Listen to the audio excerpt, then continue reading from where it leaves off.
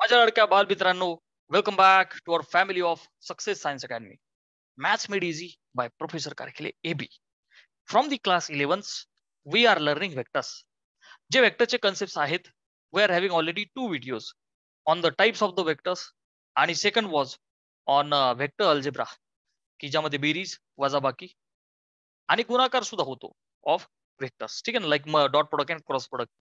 बेटा मुद्दा असा आहे, ज्या रिमेनिंग कन्सेप्ट आहेत, हे बघ, ज्या कन्सेप्ट 2D मध्ये असतात त्या 3D मध्ये लावायच्या आपल्याला. What is sir 1D 2D 3D? बघ, एका रेषेमध्ये जसं फिजिक्स मध्ये मोशन एका रेषेमध्ये असेल त्याला आपण काय म्हणतो 1D. जर एखादी मोशन दोन डायरेक्शनची गरज आहे, फॉर एक्झाम्पल प्रोजेक्टाईल मोशन, मी असा पेन फेकला, डिंग असा पेन फेकला, फळ्यावरती समजा मुंगी चालली आहे की नाही, एखाद्या फुटबॉलरने किक मारली, पॅराबोलिक पाथ करून तो फुटबॉल खाली पडला, नाही का, पुन्हा एकदा प्रोजेक्टाईल मोशन, सर्क्युलर मोशन. बघ ना, मी अशी समजा बोट फिरवतोय आणि मी बोललो की माझ्या बोटासोबत तुम्ही तुमच्या स्क्रीनवरती बोट फिरवा. हे बघ, check check check check check check check check, आपण ऑसिलेशन करत होतो ना. Yes or no? सो बेटा मला सांगायचं मुद्दा आहे की circular motion is a 2D motion. कारण की ती जी सावली आहे ती काय 2D. समजा समजा मी आहे, मी 3D आहे ना, मला 3 डायमेन्शन लागतं ना, लेंथ ब्रीथ हाईट. पण माझी सावली ही 2D आहे.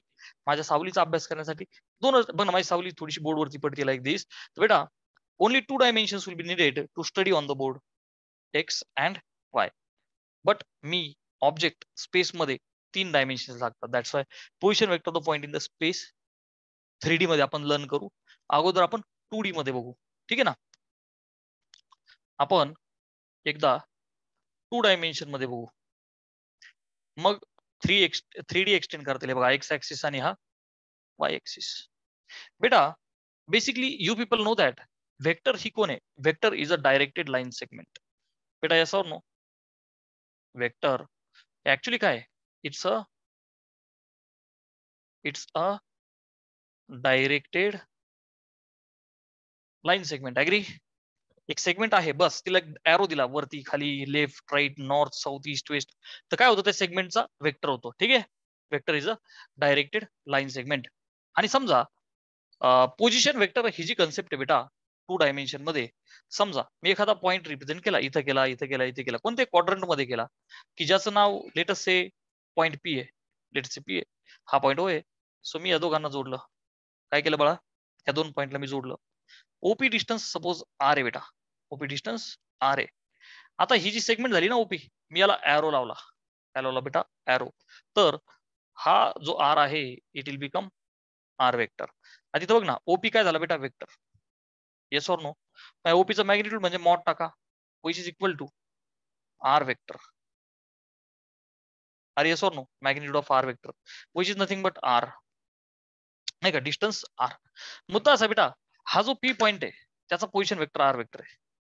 R vector is position vector, shortcut मध्ये लिहितो मी PV, position vector of point P. Everybody is I hope clear with the concept. ठीक आहे.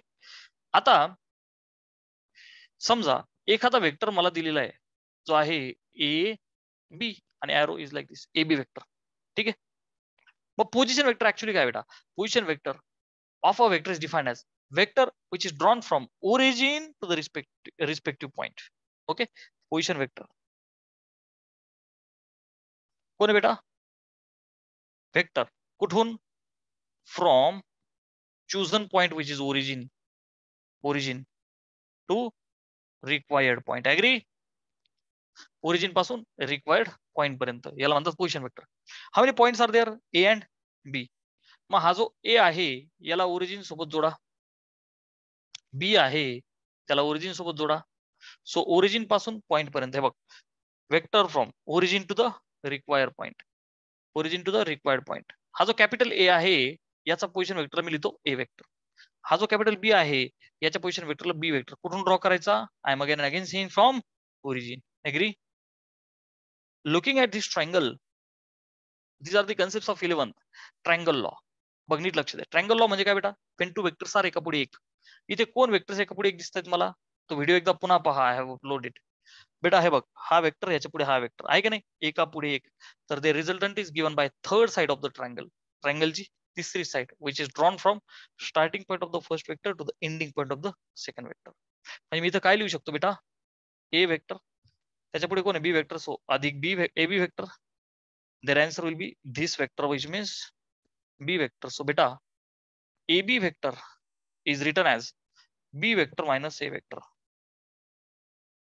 मिनिंग ऍक्च्युली काय, पोझिशन वेक्टर ऑफ बी म्हणजेच असं म्हणू मी सेकंड पॉइंट तुम्हाला कळण्यासाठी, minus position vector of first point. Agree बेटा, this is very basic thing. Is that okay with you? मग समजा एखादा पी क्यू वेक्टर आहे बेटा, एखादा पी क्यू वेक्टर आहे, मी त्याला काय लिहिणार, position vector of second which Q vector minus P vector. समजा स्मॉल लेटर मध्ये लिहिला बेटा. एखादा वेक्टर एम एन वेक्टर आहे, काय लिहिणार मी, position vector of second minus position vector of first. म्हणजेच बेटा N vector minus M vector. Are you agree with this? सेकंडचा मायनस फर्स्टचा. एकदा स्क्रीनशॉट घे बाळा याचा. तर बाळा आपला मेन मुद्दा आहे position vector of the point in the space. अगोदर 2D मध्ये प्लेन मध्ये जेव्हा तुम्ही एखादा पॉइंट पी रिप्रेझेंट करता त्याचे कोऑर्डिनेट्स काय लिहिता, X comma Y, abscissa and ordinate. First quadrant मध्ये असेल तर प्लस प्लस, बाकी तुम्हाला माहिती आहे इकडे असेल तर मायनस प्लस, इथं असेल तर मायनस मायनस, इथं असेल तर प्लस मायनस. ठीक आहे ना? अच्छा, एक्स आणि वाय हे याचे कोऑर्डिनेट. तर बेटा पोझिशन वेक्टर 2D मध्ये कसा लिहिला जातो, आता हे पुसू का मी खालचं पार्ट. ठीक आहे. सो हा जो पोझिशन वेक्टर आहे कोण, आर वेक्टर. तर बेटा प्लीज लक्ष दे की this R vector is written as X I cap plus Y J cap. Sir you are giving this without proof. बेटा लक्ष दे, इट्स व्हेरी इझी. मी इथं बघ परपेंडिक्युलर ड्रॉप करतो, कसा आला बघ, लक्ष दे. Along the X distance is X, along Y distance is Y. Along X कोणता युनिट वेक्टर आहे बाळा, आय कॅप. एक्सच्या अलॉंग आय कॅप, वायच्या अलॉंग कोण असतं रे बेटा, जे कॅप. ऍग्री? आय कॅप आणि जे कॅप. मग मला सांग, तुम्हाला माहिती युनिट वेक्टरची कन्सेप्ट काय रे बेटा? युनिट वेक्टरची कन्सेप्ट काय, मी काय शिकवलंय? युनिट वेक्टर, युनिट वेक्टर ज्याचं मॅग्निट्यूड 1 असतं in the given direction. So मी काय कसं लक्षात ठेवायचं बोललो बेटा, cap is vector upon magnitude. Yes or no? So vector will be magnitude into its cap. नीट लक्ष दे, वेक्टर विल बी मॅग्निट्यूड गुणिले कॅप. आता इथं बघ ना, हा जो आर वेक्टर आहे, मी जर इथं डायरेक्शन लावली एक्स ला अशी आणि याला बोललो एक्स वेक्टर, काय बोललो बच्चा, एक्स वेक्टर. याला पण ऍरो लावला तर वाय काय होईल बेटा, वाय वेक्टर. सो मी इथून असं लिहू का, बघ प्रूफ बघ, इथून असं लिहू का, एका पुढे एक वेक्टर, हा अधिक हा, आन्सर इज हा. So R vector is X vector अधिक वाय वेक्टर. आणि वेक्टरला काय लिहू शकतो मी, मॅग्निट्यूड गुणिले त्याचं कॅप. आता बघ ना, एक्स वेक्टरचं मॅग्निट्यूड काय बच्चा, एक्स. कोणाच्या अलॉंग आहे, एक्स ऍक्सिसच्या, म्हणजेच X I cap plus Y J cap. Agri?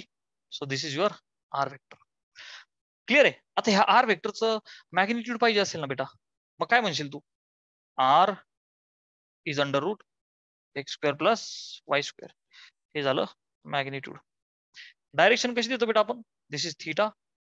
अरे sorry no, tan theta is y upon x. Very basic thing I have just revised. Clear आहे? ही झाली कन्सेप्ट इन 2D. आता 3D मध्ये सांगितलं तर फक्त काय करायचं बेटा, थर्ड डायमेन्शन ऍड करून टाका. 3D मध्ये काय करशील बेटा, हा जो आर वेक्टर आहे हा पी आहे, एक्स वाय झेडाचे कोऑर्डिनेट येतील ना याचे. समजा ही 3D सिस्टम आहे, एक्स वाय आणि हा झेड जो तुमच्याकडे आहे. ठीक आहे, परपेंडिक्युलर. ठीक आहे ना, this is perpendicular to this, this is perpendicular to this, this is perpendicular to this. ठीक आहे. तर बेटा एखादा पॉइंट पी आहे ज्याचे कोऑर्डिनेट्स, आता बघ ओरिजिन पासून जोडा, this is the origin here, right. हा आर वेक्टर, याचे coordinates X comma Y comma Z असतील तर R vector will be written as X I cap plus Y J cap plus Z K cap. Clear आहे बेटा? फक्त Z लावून टाका. From 2D we can learn 3D. Getting? Screenshot घ्या.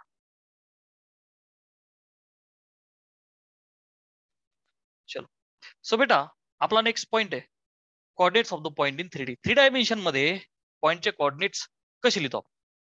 चला आता लक्ष द्या, कोणताही पॉइंट सिलेक्ट कर. सपोज ऍक्सिस वरचा पॉइंट पकडला आपण, एक्स ऍक्सिस वरती आर पॉइंट आहे, बरोबर का. याचा अर्थ त्याचा डिस्टन्स ओरिजिन पासून ओनली अलॉंग एक्स आहे, वाय आणि झेडचा संबंधच नाहीये. म्हणजे आर चे कोऑर्डिनेट्स मला लिहायचे असतील तर मी काय लिहिले बेटा, एक्स कॉमा 0 कॉमा 0. जो पॉईंट वाय ऍक्सिस वर आहे त्याचा फक्त वाय डिस्टन्स येईल, म्हणजे एक्स आणि झेड 0. म्हणजे मी डी चे कोऑर्डिनेट्स काय लिहू बेटा, 0, y, 0. जो पॉइंट माझा झेड ऍक्सिस वरती आहे त्याचा डिस्टन्स ओरिजिन पासनं only along Z will be measured. X आणि वायचा संबंध नाहीच बघ ना, याचं एक्स आणि वाय पासून संबंध नाही. म्हणजे हा जो पॉइंट पी दिसतोय मला बरं का, मी मुद्दाम पी पॉइंट इथं ठेवतो बेटा, मुद्दाम बी पॉईंट इथं ठेवतो. ठीक आहे ना, नावात काय राव असं केलं मी, मुद्दाम केलं ते, कारण आपल्याला 3D मध्ये आपण हा पॉईंट पकडतो. चल ठीक आहे बेटा, बी झेड वरती आहे, म्हणजेच एक्स 0, वाय 0 आणि झेड काय जे डिस्टन्स असेल ते झालं. आता लक्षात बेटा, ओरिजिन आहे तो ऑब्विस आहे, origin will be 0, 0, 0. Point Q, point Q कुठे आहे आता लक्षात आहे, point Q is in the X Z plane. हे बघ, झेड ऍक्सिस इकडे आहे, एक्स ऍक्सिस इकडे आहे, म्हणजे फरशी जसं आपला आडवं हॉरिझॉन्टल प्लेन आहे, ह्या प्लेन मध्ये हा पॉईंट आहे. मग ह्या पॉईंटचा जो संबंध आहे तो फक्त झेड आणि एक्स या दोघांशी, ह्या ऍक्सिसशी संबंधच नाही ना, त्याचा डिस्टन्स नाहीच आहे. So Q is in the X Z plane. बेटा नीट ऐक प्रत्येक शब्द, एक्स झेड प्लेन मध्ये, म्हणून त्याचा Y will be 0. Are getting? X Z plane मध्ये आहे, तर याचं जे पर्पेंडिक्युलर डिस्टन्स आहे ते from X will be something. म्हणजे हा जो पॉईंट सॉरी, हा जो पॉईंट क्यू आहे एक 2 डायमेन्शन मध्ये घे ना बेटा. हे बघ, समजा हे 2 डायमेन्शन आहे, समजा हा एक्स आणि हा झेड आहे, आणि एखादा पॉईंट आहे इथं. हा, याचं डिस्टन्स तुला जर का विचारलं तर काय करतो, मग नाही का पर्पेंडिक्युलर टाकला पण, along x this, along why this. अरे सॉर नो बेटा, सो याचं डिस्टन्स झेड आहे ना, अलॉंग एक्स आणि अलॉंग झेड अशी डिस्टन्स येतील. ह्या ऍक्सिस पासनं संबंधच नाही, नाही घ्यायचा distance. Along x is X, along Y is Y, along Z is Z. ठीक आहे ना, तसं एक्स आणि झेड. ठीक आहे. अच्छा, आता हा जो पॉईंट सी आहे, हा पॉईंट सी कुठे आहे बघ ना, 3D डायग्राम. हा आहे एक्स वाय प्लेन मध्ये, म्हणजे झेडचा संबंध नाही. So x Y Z is 0. Point A हा ह्या प्लेन मध्ये इकडच्या अशा आहे की नाही, साइड व्ह्यू ह्या प्लेन मध्ये, म्हणजे वाय झेड प्लेन मध्ये. सो एक्स त्याचा काय 0, वाय झेड. ऍग्री? फक्त एकटा पॉईंट पी असा आहे जो हवेत आहे, जो स्पेस मध्ये बघ ना, जो स्पेस मध्ये. सो याचे तिन्ही पण डिस्टन्सेस भेटतील मला, along x, along Y, along Z. Getting? From origin याचं जे डिस्टन्स आहे ते from along x, along Y, along Z असं भेटेल, कारण इथे आहे ना तो पॉईंट हवेत. सो पी चे कोऑर्डिनेट्स एक्स वाय झेड, म्हणून मी याला जनरल पॉईंट बोललो. आलं लक्षात? हा जो पॉईंट पी आहे, एक्स वाय झेड, जो मगाशी आपण 3D मध्ये रिप्रेझेंट केला होता. स्क्रीनशॉट घ्या.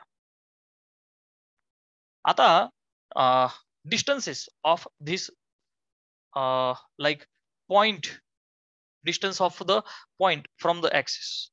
ठीक आहे, पुढचा टॉपिक घेतो मी, distance of the point P from axis आणि planes. So distance of P कुठून, फ्रॉम एक्स ऍक्सिस. काय म्हणतो बेटा मी, from X axis.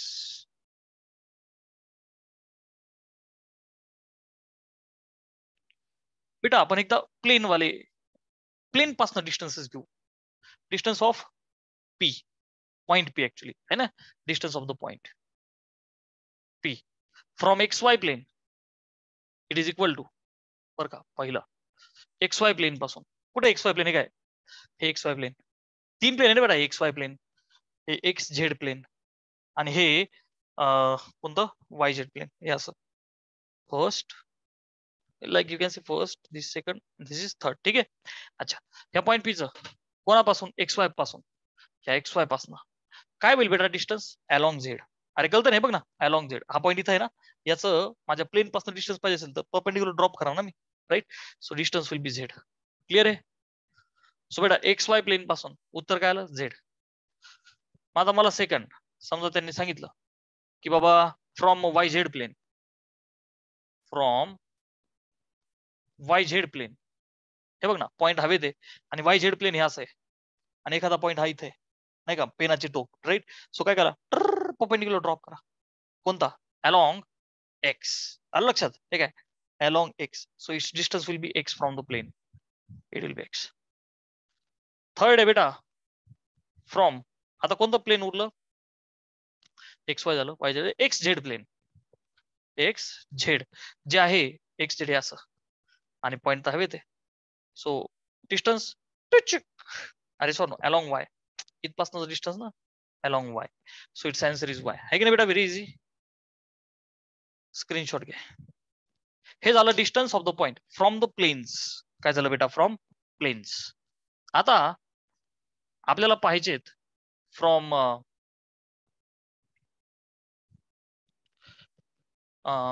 X axis. आता ऍक्सिस पासन ओके बेटा, चला फटाफट लक्षात ठेवायचं बघ. Under root from X axis, from X axis त्या पॉइंटचं काय होईल? Under root Y square plus Z square. Second, अरे आपण एक मगाशी आर केला होता, R vector under root Pythagoras theorem वापरून सेम त्या type. From X axis, from Y axis विचारलं, फ्रॉम वाय ऍक्सिस विचारलं तर काय करशील बेटा? अंडर रूट वाय म्हणजे एक्स आणि Z, under root X square plus Z square. Third, समजा फ्रॉम कोणता ऍक्सिस? Suppose Z axis. मग आता एक्स आणि वाय म्हणजे under root X square plus Y square. So distance of the point from axis. पहिले आपण पाहिले प्लेन्स, नंतर पाहिले axis in the 3D. Screenshot. हे बघ बाळा, collinearity of 3 points. 3 points collinear आहेत असं दाखवा जर का तुम्हाला बोलले, तर त्यासाठी ही कंडिशन आहे की त्यांचं linear combination X A vector plus Y B vector plus Z C vector will be 0. म्हणजे समजा 3 पॉइंट्स असतील तुमच्याकडे, विच आर ए चा पोझिशन वेक्टर ए वेक्टर, कमा बी चा पोझिशन वेक्टर बी वेक्टर आणि पॉईंट सी चा पोझिशन वेक्टर छोटा सी वेक्टर. ऍग्री बेटा? समजायचे 3 पॉईंट तुमच्याकडे आहेत, तर हे असं कॉम्बिनेशन रिप्रेझेंट केलं पाहिजे. आणि हे एका रेषेत आहेत. हे जे ए बी सी आहेत, हे ए बी सी एका रेषेत आहेत, तर बेटा ही कंडिशन आहे. From this diagram can I say in another way की बाबा समजा एसी वेक्टर आणि एबी वेक्टर बघ ना, ह्या डायरेक्शन मध्ये एसी वेक्टर आणि एबी वेक्टर कोणती दोन वेक्टर का ना, 3 पॉईंट दोन वेक्टर. सो अल्सो मी असं म्हणतो also 3 points are collinear if AB vector is some multiple, नाही का? AB वेक्टर मला असंही द्यायचं होतं की if when two vectors are parallel, also when, यातच ती कन्सेप्ट होऊन जाईल. Also when two vectors are parallel, also when two vectors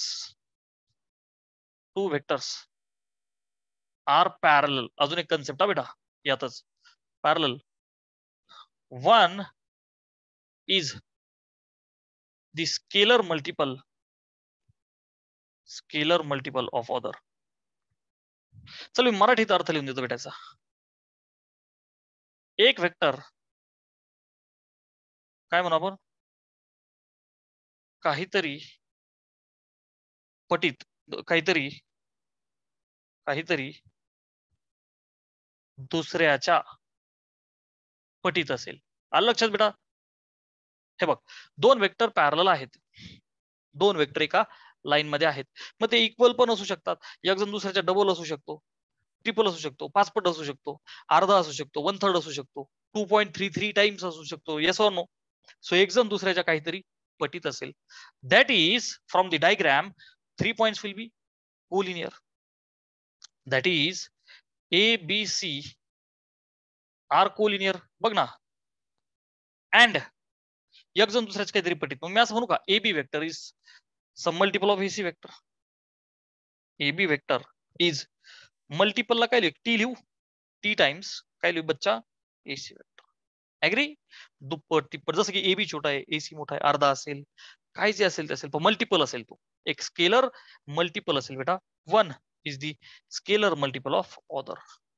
clear with the concept बेटा? So collinearity of the 3 points, it is like this combination, किंवा one vector is the parallel to another vector and it is multiple of the another vector. Screenshot घ्या. हे बघ बाळा, coplanarity of the 4 points. 4 point एका plane मध्ये असणे, नीट लक्ष दे. Point 4 आहेत, वेक्टर्स किती बनतील त्यांचे? 3 बनतील. समजा पॉईंट 4 आहे, हे बघ टचक टचक टचक टचक 4 पॉईंट असतील, राईट. मी असं म्हणू बेटा A B C D N H दाखवू, A B vector, AC vector, AD vector. अरे जमल का नाही बेटा? When I have 4 points, getting? Just understand this. So याचा अर्थ असा आहे की त्या चौघांचं असं कॉम्बिनेशन लिहा, किंवा AB vector, AC vector and AD vector will be coplanar.